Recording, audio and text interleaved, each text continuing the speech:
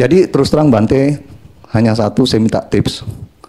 Memang melihat yang saya gitu, saya terus muncul bergejolak gitu loh Bante. Nah, memang sebenarnya saya tetap mau ngatasin, maksudnya sudahlah gitu loh Bante. Ya, tipnya satu, kanti paramang tapo titika. Sabar. Sabar itu adalah praktik yang tertinggi.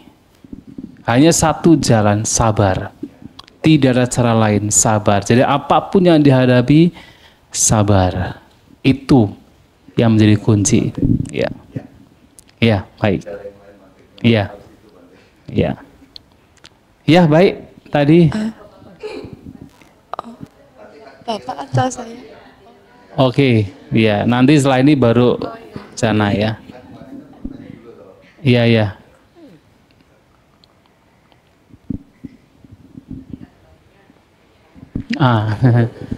Singkat, padat, nanti saja singkat, padat. Ya. Ya. Tadi kan bicarakan masalah penderitaan ya Bante. Kan Buddha pernah berkata hidup adalah penderitaan. Saya kan sering bertanya ya, sebetulnya kalau saya berpikir kan nggak tiap hari itu kan kita menderita Bante. Kadang ada senang, bahagia, menderita. Terus jadi apa ya, menurut saya makna yang paling tepat gitu Bante.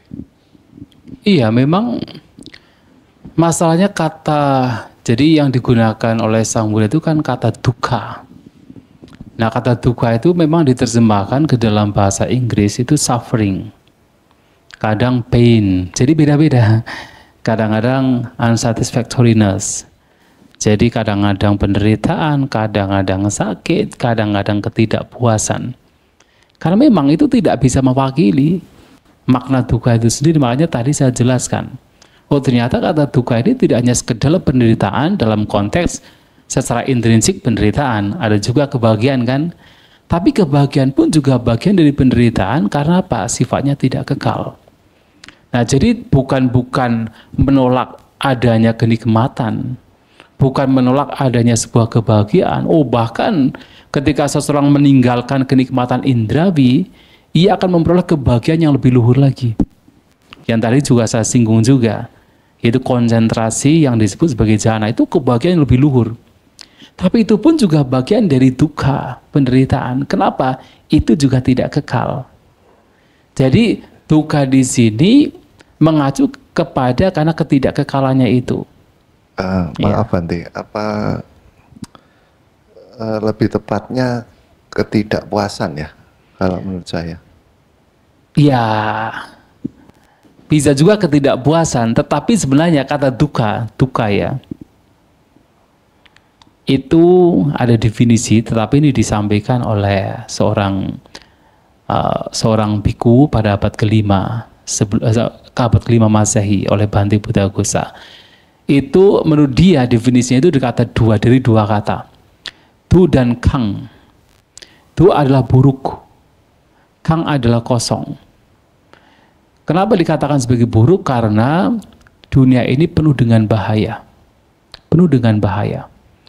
Karena bahaya yang muncul dalam dunia ini maka disebut sebagai buruk. Itulah dukkha. Itu yang pertama.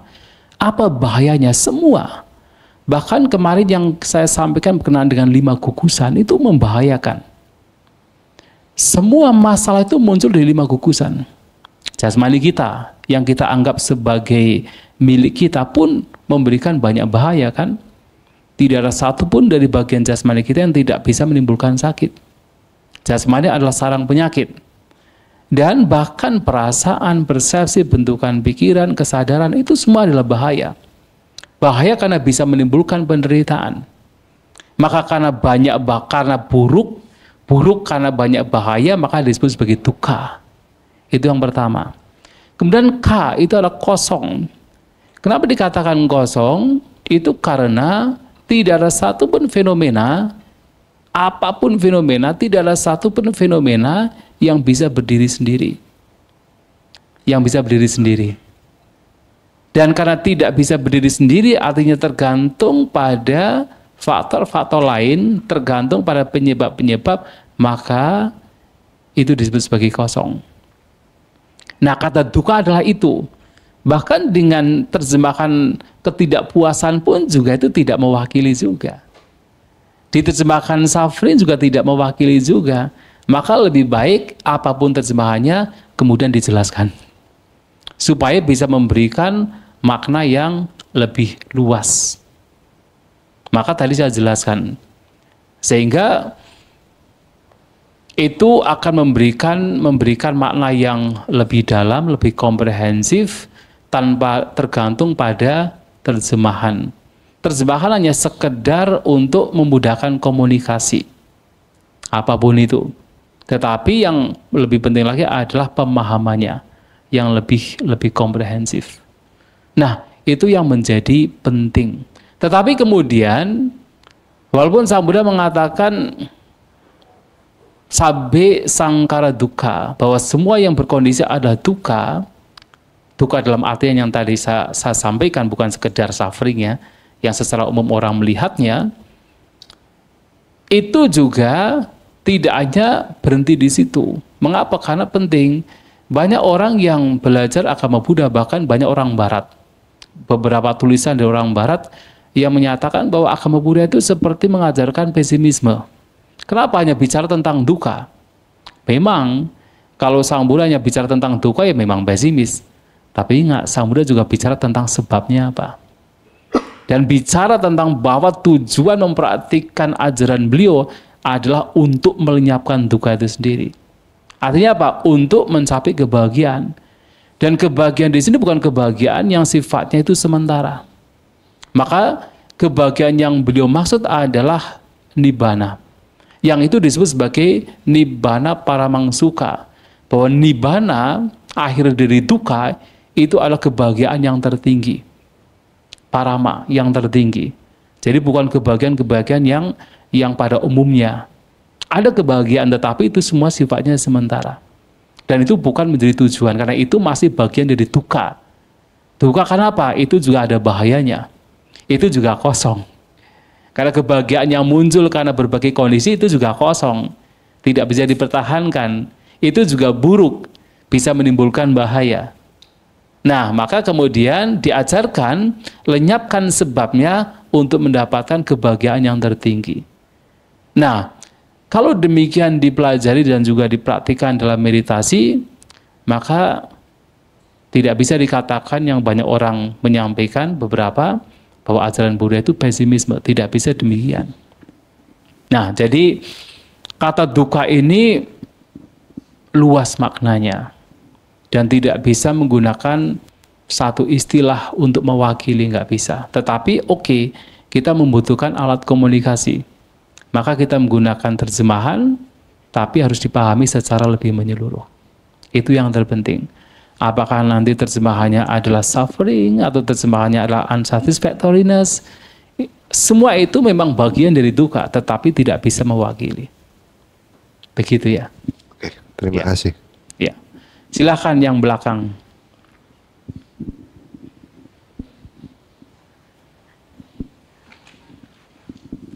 Malam Bante. Ya, baik. Ya, pertanyaan saya masih berkaitan. Jadi memang pas pertama kali meditasi emang horor sekali ya melihat ke dalam. Horor. Siapa lihat kemarin hantu. yang telanjang itu kok enak sekali. Langsung Bagaimana? 10 menit langsung hilang semua. Siapa ya? Cara. Oh, Patacara. Ya, kadang Oh, mikir kok iya. Patacara enak sekali. Nah, tapi Oh, berarti mau ini nggak pakai pakaian ke sana kemari ya, kemudian nanti mendengarkan mungkin dhamma dia no langsung. attachment jadi dibuka pakaiannya. Iya. Kalau gitu mah enak ya. Iya kok Iya. 10 menit langsung duka yang begitu mendalam kok langsung hilang, sedangkan saya receh-receh kadang apa namanya masih melekat gitu. Nah, tapi kan pas meditasi hari pertama, hari kedua ada fase di mana konsentrasi. Nah, ketika konsentrasi itu ada 2 fase, Bante. Jadi yang pertama itu ketika sangat fokus ke nafas. Terus habis gitu sampai kadang itu nggak kerasa tangan dan lain-lain. Jadi yang awalnya nggak PW, ganti-ganti posisi terus kok lama-lama udah lupa ini tangannya gimana bentukannya. Jadi detach ke badan itu yang pertama. Terus sama Nera kemarin buat makan dirasain benar-benar itu ya. Nah terus pas makan siang itu saya meditasi, perasaannya beda lagi. Jadi pas konsentrasi dapatnya malah objek meditasi lain. Jadi yang asalnya cuma nafas kok jadi jantung, jadi kerongkongan, jadi ada oh ini pisangnya tadi masuk kerongkongan gitu. Nah tapi jadi kayak fokus ke saat ini, di saat bersamaan juga menyadari bahwa ada di saat ini. Nah itu ada 2 fase. Nah tapi pasti habis itu beberapa jam kemudian ada iklan lagi. Terus nah itu kalau pas sampai di fase konsentrasi lebih baik ke yang mana, yang nafas aja, kayak kalau meditasi adalah pesta jadi cuma fokus ke VIP, atau kayak mingle gitu, ada tamu lainnya diajak ngobrol juga. Itu yang pertama. Terus yang kedua boleh tanya? Ini ketiga hanya sepertinya. Dua aja. Oke. Iya. Nah, berikutnya kan saya bukan dari background Buddhis. Mau tanya, kan tadi pertanyaan sebelumnya ada tujuannya itu kebahagiaan sejati kan. Nah tapi kan kita kalau malam ada meta chanting itu kan. Nah kalau di agama Buddha sendiri itu meta atau cinta itu ada cinta sejati enggak kan? Kalau cinta selama ini pemahaman saya kan cuma gara-gara persepsi ya. Jadi kayak Paticara itu mamanya siapa? Patacara. Nah Patacara kan kabur gara-gara persepsinya orang tuanya nggak sesuai, pinginnya Patacara nikahnya malah nikah sama siapa gitu kan, makanya kabur. Terus misalnya kita suka sama orang kan juga persepsi orang itu ya, jadi orangnya sesuai sama persepsi saya jadinya kayak gitu. Tapi begitu kadang jadi nggak suka. Terus habis itu ada juga orang yang bertahan soalnya takut duka, misalnya udah sama ini terus habis itu persepsinya nggak cocok dikit, ya udahlah kalau berpisah takut. Nah itu kan berarti melekat.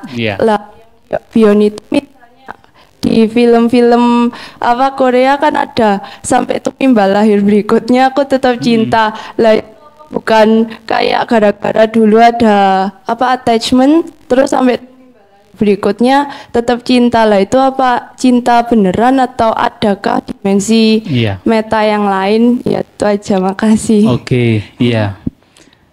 Berkenaan dengan Patacara itu bukan dilihat dari hidupnya sekarang saja, tetapi kehidupan yang lampau dia sudah melatih batinnya. Sehingga sekarang batinnya sudah matang.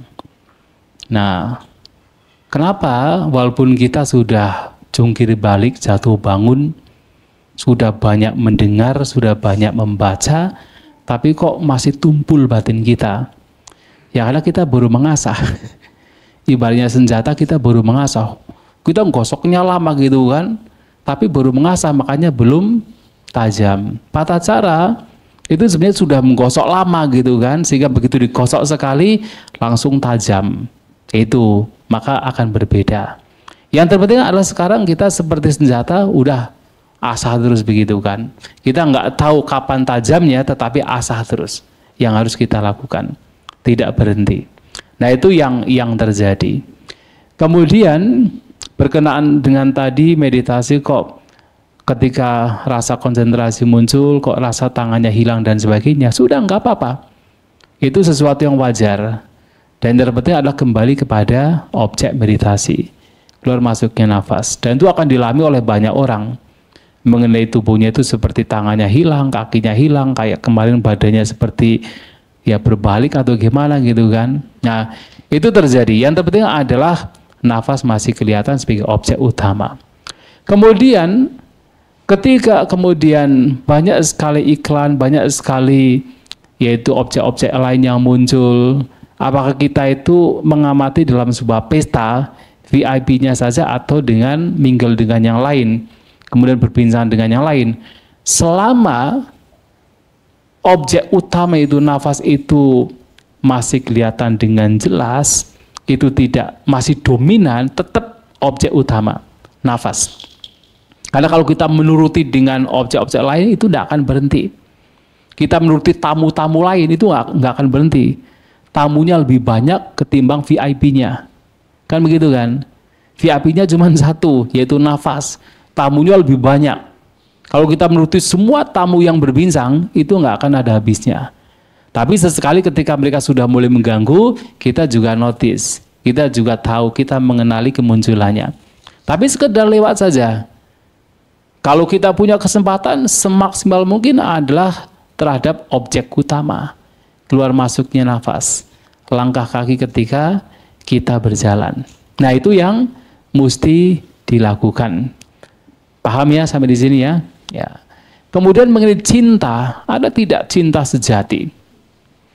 Kalau cinta itu masih muncul dari attachment, muncul dari sebuah nafsu, semua itu adalah berakhir dengan penderitaan. Ini kata budaya.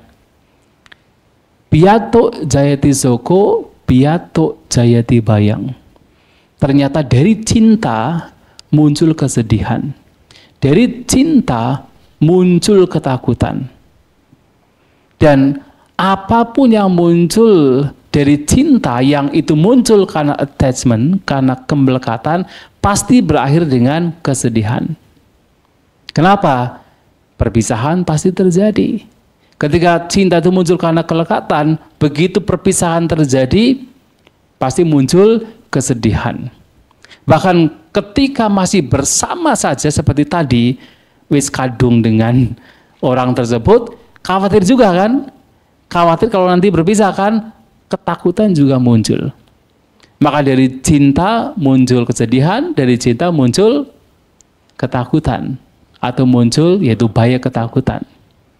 Kekhawatiran, kegelisahan nanti takut tinggal dan sebagainya kan. Nah oleh sebab itu, cinta yang dimaksud di dalam canting setiap malam itu cinta kasih yang sifatnya universal. Itu bukan cinta yang muncul karena kemelekatan. Itu adalah cinta kasih yang merupakan pengharapan bahwa semoga semua makhluk bebas dari kebencian. Semoga semua makhluk bebas dari penderitaan, bebas dari permusuhan, bebas dari keinginan untuk menyakiti ataupun disakiti. Dan cinta kasih demikian juga muncul karena kita melihat ke dalam batin kita. Saat batin kita itu tidak ada kebencian, tidak ada permusuhan, tidak ada keinginan untuk menyakiti, kita bahagia, kita damai, kita tidak ada beban. Maka melihat kebahagiaan yang muncul dalam batin kita, atas dasar batin kita tidak ada kebencian, tidak ada permusuhan, tidak ada keinginan untuk menyakiti, maka kita juga merenungkan semoga yang lain juga sama. Seperti halnya saya yang bahagia karena ini, maka semoga yang lain juga berbahagia. Yang seperti itu tidak akan menimbulkan penderitaan. Tidak akan menimbulkan ketakutan, tidak akan menimbulkan kesedihan. Jadi kalau cinta yang pertama yang tadi kalau di film apa itu Korea tadi ya, sampai kehidupan yang akan datang itu masih seperti cinta sejati itu. Tapi ternyata itu pun juga bagian dari penderitaan. Itu bukan cinta sejati. Cinta sejati adalah cinta ketika betul-betul ingin yang lain berbahagia karena bebas dari kebencian, bebas dari permusuhan, bebas dari keinginan untuk menyakiti. Itu cinta yang sebenarnya. Kalau cinta yang sifatnya kelekatan, itulah cinta personal saja.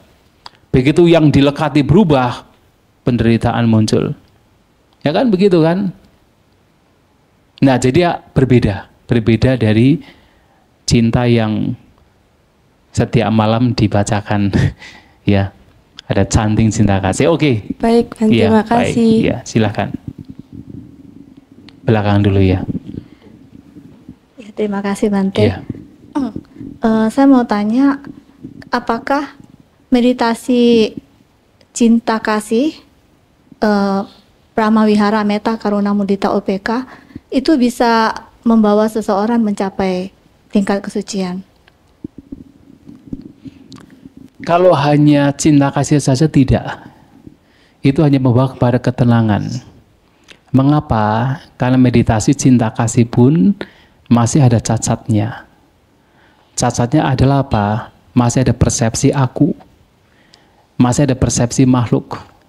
Karena apa? Objeknya adalah makhluk. Yang kita mengembangkan cinta kasih itu objeknya adalah makhluk. Nilai-nilai luhur yang dimunculkan adalah semoga ia bebas dari penderitaan, bebas dari kebencian. Tetapi persepsi yang kita munculkan, gambaran batin yang kita munculkan adalah gambar manusia, gambar makhluk. Tidak hanya manusia, gambar makhluk. Dan persepsi demikian itu masih bagian dari keakuan. Bagian dari persepsi aku, persepsi entitas. Itulah kenapa meditasi metta itu juga bagian dari samatha bhavana. Meditasi ketenangan dan bukan vipassana. Nah, vipassana yang sesungguhnya adalah melihat ketidakkekalan, melihat dukkha, melihat 5 gugusan sebagai sekadar 5 gugusan, bukan sebagai entitas. Nah, itu membedakan. Tetapi itu sangat baik. Orang yang mengembangkan cinta kasih demikian, dia tidak akan melakukan kejahatan dengan pikiran kebencian, tidak mungkin. Walaupun kemudian persepsi keakuan masih ada, persepsi makhluk masih ada. Maka meditasi seperti cinta kasih, kemudian karuna, mudita, upeka atau Brahmavihara itu bisa menjadi pondasi saja. Jadi ketenangan batin yang dimunculkan, yang muncul karena meditasi ini bisa menjadi pondasi bagi orang tersebut untuk melanjutkan pemahamannya tentang ketidakkekalan, tentang dukkha, tentang ketanpaguan, ketanpadirian. Itu hanya sebagai pondasi. Tidak bisa juga, tidak bisa. Tetap harus melihat anicca dukkha anatta. Tapi sudah sangat bagus. Tapi harus melihat anicca dukkha dan anatta. Itulah kenapa kalau umat Buddha kan sering membacakan Karaniyamita Sutta. Ya kan?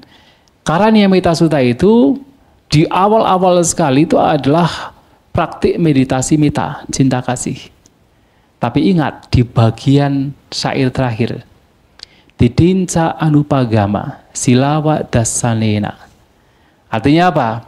Ketika seseorang tidak mendekat terhadap pandangan-pandangan yang salah, orang yang bermoral demikian memiliki dasana.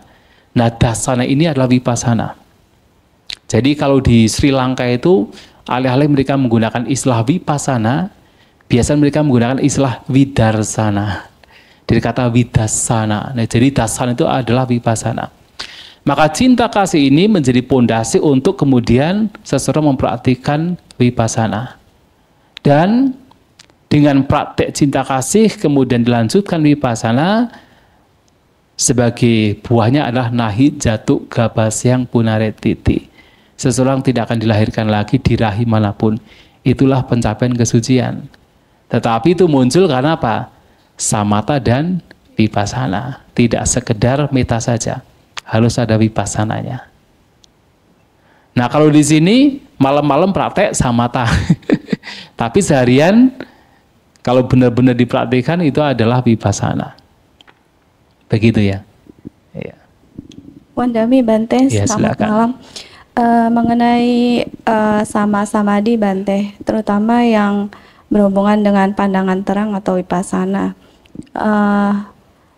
Kan ya kalau saya sih masih awam sekali gitu untuk vipassana gitu. Kalau dari bahasa-bahasa Dhamma yang ada itu kan kesannya sulit sekali gitu buat praktek vipassana gitu. Jadi apakah maksudnya kalau kayak sekarang kan saya paling konsentrasi napas dengan perenungan anicca, bahwa segala sesuatu itu tidak kekal, muncul, langsung, lenyap. Jadi dibarengin sama perenungan itu.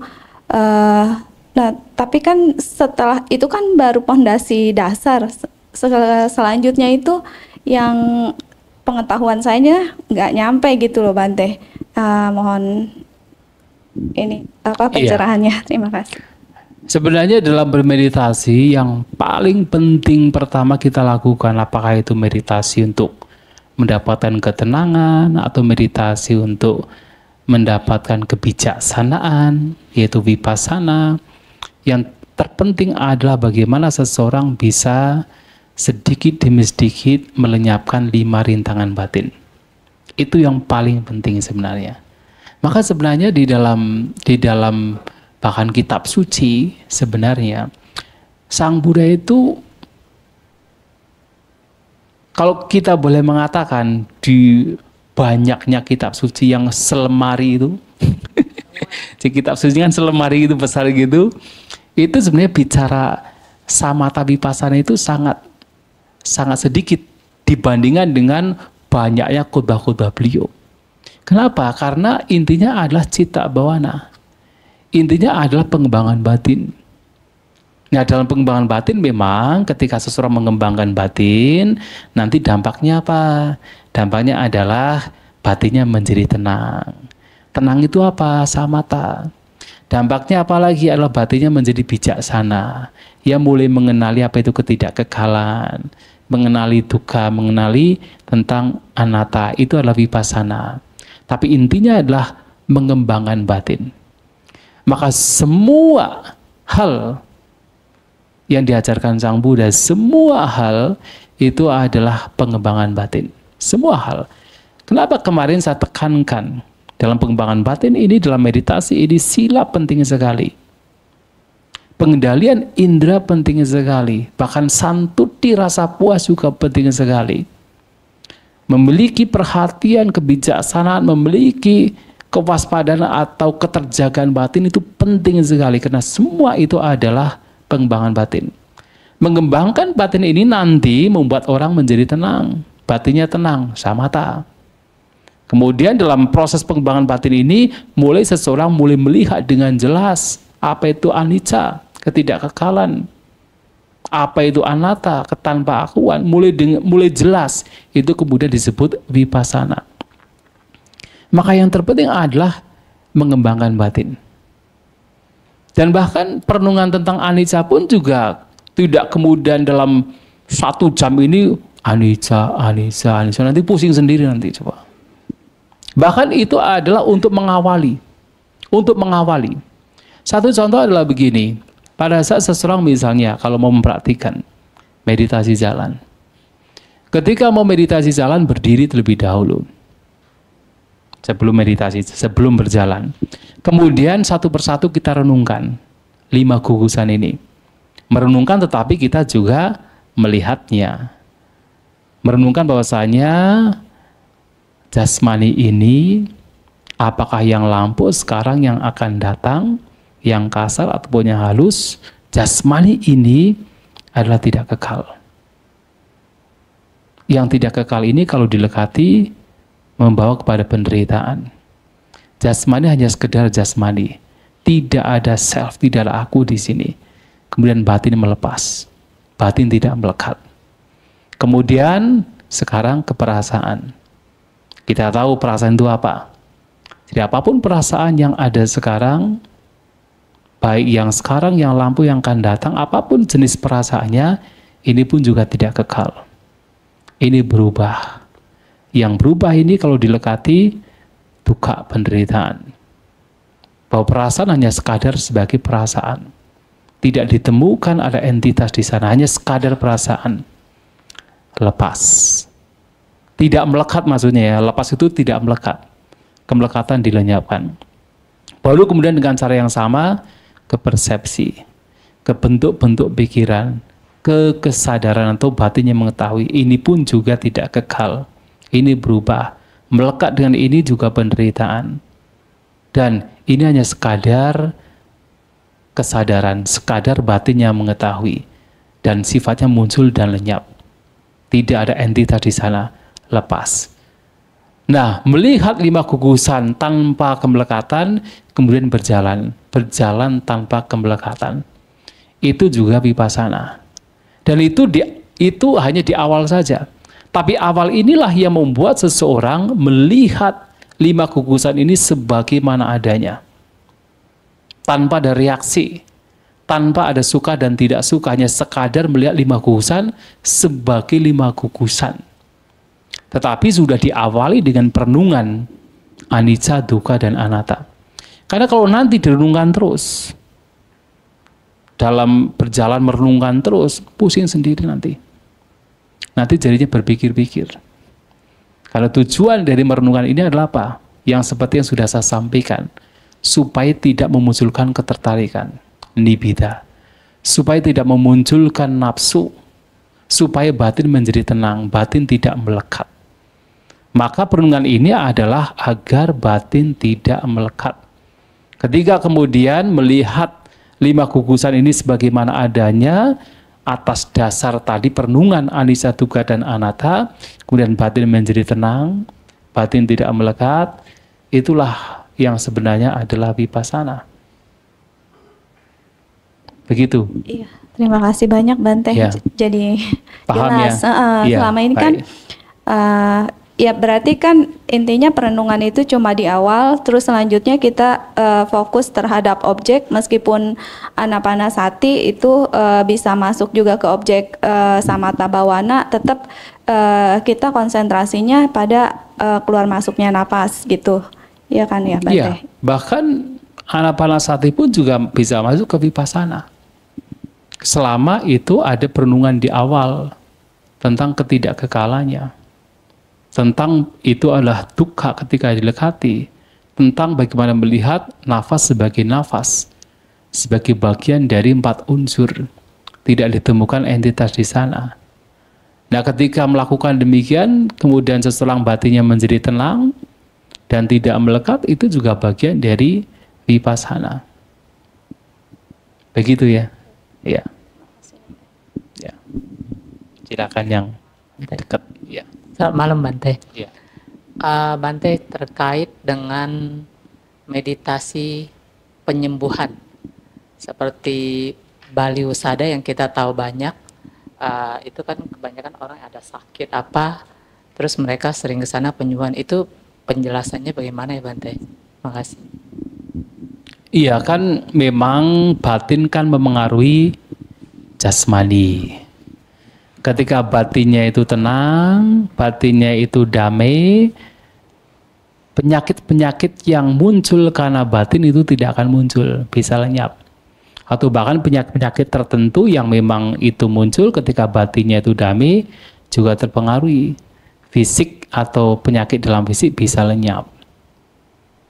Maka ada sebuah kasus misalnya, pada zaman Buddha itu, misalnya ini Bhante Mahamoggallana. Beliau seorang arahan tetapi sakit juga, harus ingat. Sakit juga. Kemudian pada waktu itu Sang Buddha datang mengunjungi muridnya ini. Kemudian beliau menjelaskan tentang 7 faktor pencerahan.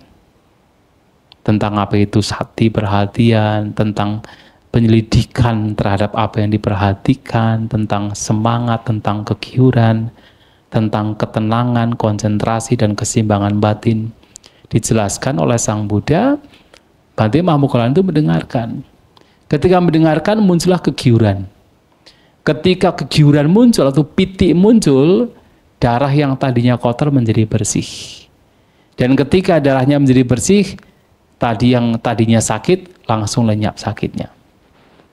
Dan memang ketika orang bermeditasi betul-betul suatu saat memperoleh kegiuran, betul-betul badannya tergiur karena batin yang bebas dari 5 rintangan batin, maka segala rasa sakit, kelelahan itu lenyap semua. Pada saat itu lenyap semua. Maka itu memungkinkan bahwasanya dengan seseorang mengembangkan batin secara fisik lebih sehat. Tetapi pertama, tujuan meditasi yang diajarkan Sang Buddha bukan untuk menyembuhkan sakit fisik, adalah untuk menyembuhkan sakit batin. Yang kedua, tidak semua sakit fisik itu muncul karena batin.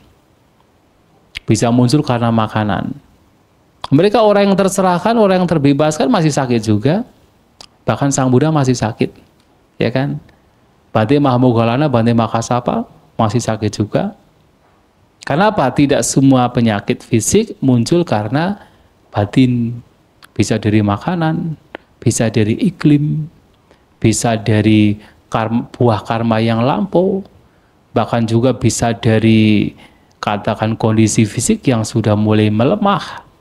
Ya kan, sehebat apapun seseorang, suatu saat kan mengalami ketuaan, dan ketika ketuaan terjadi ya seperti kereta. Tadinya kuat, lama-kelamaan juga rusak juga, kayak mobil juga kan. Kalau sudah ada satu bagian yang rusak, diperbaiki, nanti bagian lain rusak juga. Kita manusia juga sama. Ya kan? Kalau masih muda mah oke, masih muda-muda, yang muda-muda oke. Nanti kalau sudah mulai umur 40, wah, baru ngerasain. Kalau masih muda kan yang dipamerkan apa? Apa body pack ya. Body pack gitu. Nanti apa six pack ya, six pack yang dipamerkan. Nanti kalau sudah 40 ke atas yang dipamerkan apa? One pack. Wah, ini obat bagus ini kolesterol ini. Yang dipamerkan. Karena apa? Seiring dengan ketuaan, sakit pasti muncul. Maka tujuan meditasi adalah untuk melenyapkan sakit mental. Kalau mungkin ada sakit fisik yang bisa hilang, ya itu sifatnya juga sementara. Ya silakan saja, nggak apa-apa. Toh juga baik juga. Orang mempraktikkan meditasi, tetap walaupun kemudian tujuannya untuk supaya fisiknya sehat, tapi batinnya juga sehat juga kan. Karena konsentrasi dimunculkan, cinta kasih dimunculkan, maka batin juga sehat. Lebih baik ketimbang kalau orang tidak meditasi. Ya, begitu ya. Baik Bante, ini masih menyambung. Jadi teman saya kan juga penyakit sakit kanker Bante ya. Terus kita selalu bilang, kamu meditasi deh, meditasi supaya tenang gitu kan. Tapi kadang mereka kan nggak yakin. Nah kalau menurut Bante, suggestionnya sebaiknya apa ya Bante? Kalau misalnya apa vipassana, apa samatha yang cocok untuk orang yang punya penyakit kanker seperti itu. Terima kasih. Waduh, saya belum pernah punya pasiennya. Atau saya sih ini Bante ada inian juga Bante, kalau bisa ada retret juga khusus yang untuk berpenyakit kanker Bante. Mungkin bisa membantu mereka gitu loh. Sehingganya membuat mereka batinnya lebih tenang. Saya cerita saja, cerita orang lainnya, bukan saya. Saya belum pernah punya pasien orang punya penyakit apa gitu. Nanti kalau saya mengatakan cocoknya mana, nanti takutnya nanti apa nggak sesuai ya gitu kan. Tapi ada peristiwa itu terjadi di Bali. Tapi beliaunya sudah meninggal dan dia seorang umat yang sangat luar biasa, umat Buddha luar biasa sekali. Namanya Bu Erlina Gang, seorang pengusaha besar. Dan dia itu pernah kena sakit kanker payudara. Dan pada waktu itu punya tekad, kalau sembuh dia akan betul-betul mengabdi untuk Dhamma, Buddha Dhamma, untuk meditasi dan sebagainya. Dan setiap hari dia itu chanting begitu kan. Suatu kali merasa kok ada orang besar datang, terus di bagian yang sakit itu bukan payudara, rahim, kanker rahim. Itu seperti diambil. Begitu dibawa ke Singapura, itu sudah lenyap. Kankernya lenyap. Nah dari situlah kemudian dia betul-betul mengabdi untuk Buddha Dhamma. Betul-betul mengabdi. Bahkan ia meninggalkan kehidupan berumah tangga, walaupun bukan sebagai seorang berjubah seperti ini, dan betul-betul mempraktikkan meditasi. Dan suatu kali kankernya itu muncul lagi. Dan dia kemudian pergi ke Myanmar, meditasi vipassana, menggunakan objek kembung kempis, yang dipraktikkan juga kan. Nah pada waktu itu juga, nah kalau yang itu, dia cerita sendiri ke saya, yang kedua ini. Kalau yang pertama saya hanya dengar dari banyak orang mengatakan, tapi yang kedua ini pernah ia cerita ke saya. Dan pada waktu itu memang ada pilihan apakah mau di kemo atau gimana. Tapi kemudian ia berpikir, sudahlah, dana yang bisa digunakan untuk kemoterapi, udah saya gunakan untuk berbuat kebajikan. Jadi untuk berdana ke biara-biara. Dan ia mempraktikkan vipassana dengan serius, intensif. setengah tahun, itu kankernya lenyap juga. Jadi sembuh lagi dari kankernya. Tapi ya betul-betul sembuh, tapi ya sebelum lama ini juga meninggal. Ya memang sudah sepuh ya, sudah berumur. Jadi meninggalnya bukan karena kanker, meninggalnya karena umur tua. Tapi itu bisa terjadi. Nah, itu cerita, tetapi kan namanya orang kan ya bisa berbeda-beda kan. Nanti kalau saya mengatakan, oh harus praktek vipassana, kemudian betul praktek vipassana nggak sembuh, nanti menyalahkan vipassana, bahaya. Ya kan, karena apa? Karena memang penyakit kan banyak sebabnya gitu kan. Mungkin bagi orang ini, mungkin memang kekuatan semangatnya dan memang sudah melepas, betul-betul melepas. Bahkan di kimo pun juga sudah nggak mau, sudah nggak apa-apa. Lebih baik didanakan. Barangkali saya yakin punya pikiran mati ya mati sudah. Mati dalam meditasi kan lebih baik. Ya kan, ternyata dengan itu malah sembuh. Itu satu kejadian. Kedua, saya pernah mendengar dari cerita dari seorang guru meditasi. Kebetulan sewaktu saya di Sri Lanka itu memang sering tinggal di hutan. Nah, guru meditasi ini menyampaikan, memberikan sebuah cerita. Ada seorang wanita, dia kena kanker di bagian otak. Dan dia itu harus dioperasi. Pada waktu itu sudah pokoknya pasrah. Kalau mati ya sudah mati. Jadi pada saat dioperasi itu, sebelum dioperasi pun sudah pasrah, pokoknya sudah siap lah pokoknya, sudah siap melepas. Sudah tidak ada pemikiran untuk melekati jasmani. Sudah siap untuk dilepas. Ternyata ada sebuah kejadian ketika dioperasi itu, bahkan selama dia dioperasi itu yang dia rasakan hanya kegiuran. Jadi seperti ada sinar yang terlihat itu sebenarnya nimitta gitu kan, terlihat di bagian yang sakit itu, kemudian yang dia rasakan hanya kegiuran saja. Dan ternyata jadi sembuh. Jadi sembuh malahan. Nah, itu juga satu kasus juga terjadi begitu. Kemudian kalau kasus lain misalnya yang pernah mungkin yang belajar meditasi dari Goenka, pernah ya? Meditasi yang memang menekankan untuk menjadikan perasaan sebagai objek, perasaan jasmani sebagai objek. Jadi model itu scanning, menyapu tubuhnya, dirasakan setiap bagian tubuh, dan perasaan itu dijadikan objek meditasi, melihat ketidakkekalannya. Jadi dirasakan, muncul, kemudian lenyap. Kemudian pergi ke, maksudnya merasakan ke bagian lain. Terus begitu, sampai nanti pada akhirnya scanning. Sampai nanti pada akhirnya hanya sekedar merasakan seluruh tubuh.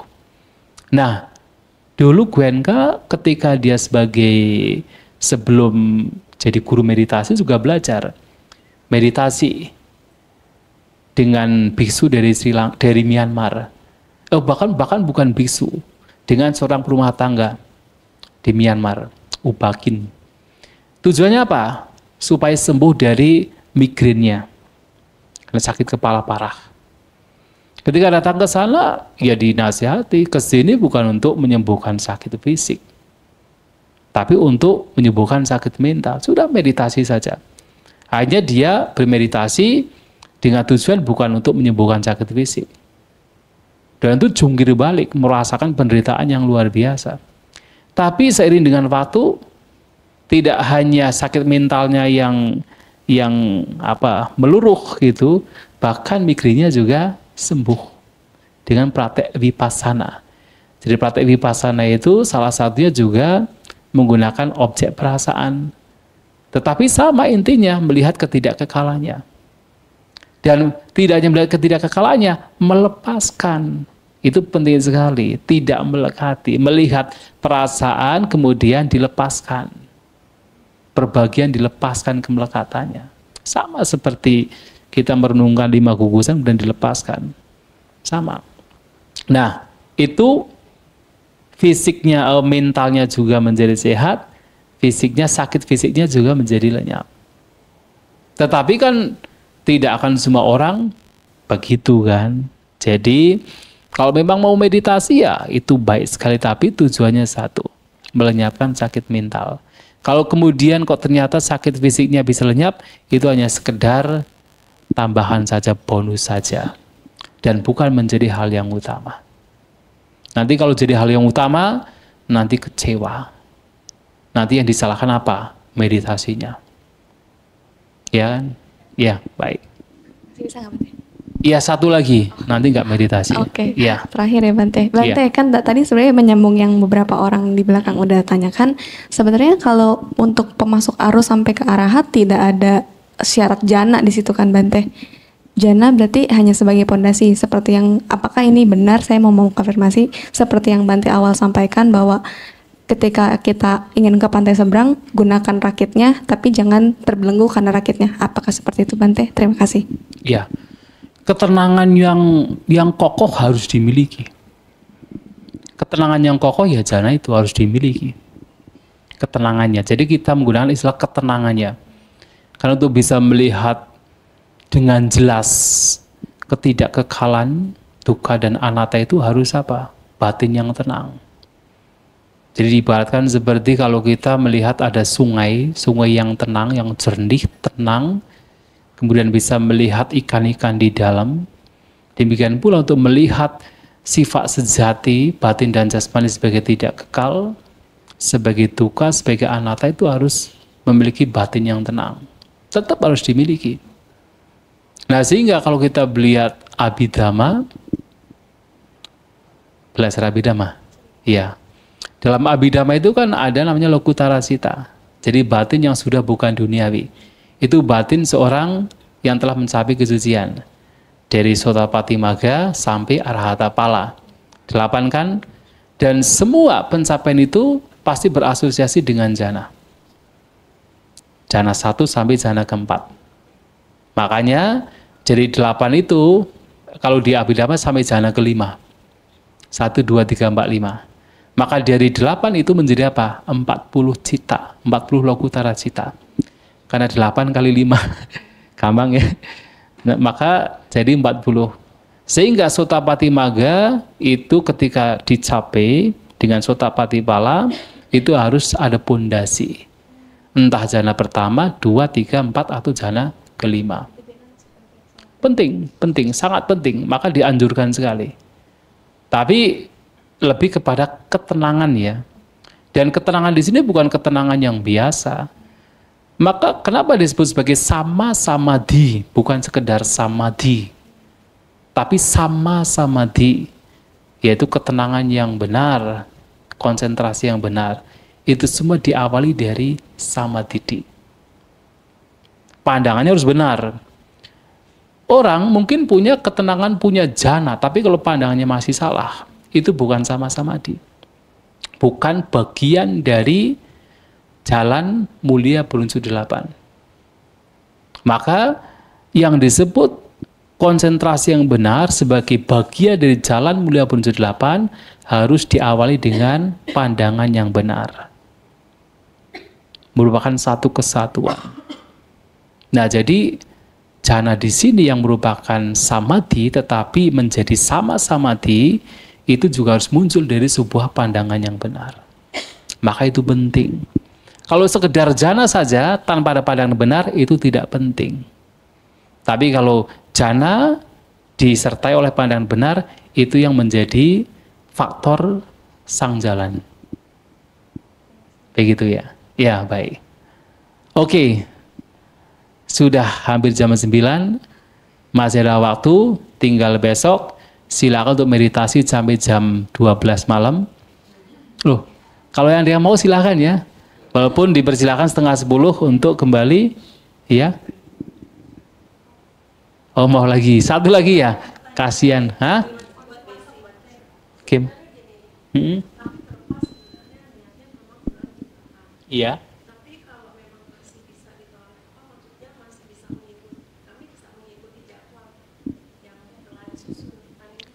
Besok pergi pakai apa?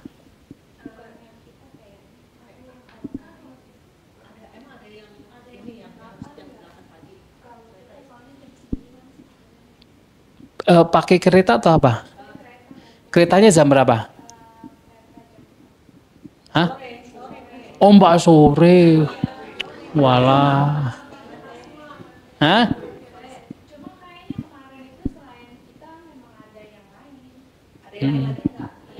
Oh. Oh gitu. Oh jadi sebenarnya masih bisa ditolerir sampai jam 8. Oh ya berarti jam 8 saja. Jadi habis makan jam 8 tetap kita penutupannya jam 8. Masih bisa ya? Oke. Karena kita pikir jam 8 itu sudah harus pergi, makanya kita berpikir yang sudah setengah 6 gitu. Tapi oke lah, besok nanti sampaikan ke Samanera Bisarano ya, bahwa jam 8 besok tetap penutupannya jam 8. Ya supaya ada waktu lebih gitu kan, tidak tergesa-gesa. Ya baik, terima kasih. Selamat malam, Sabisata Bawantu Sukitata, semoga semua makhluk berbahagia.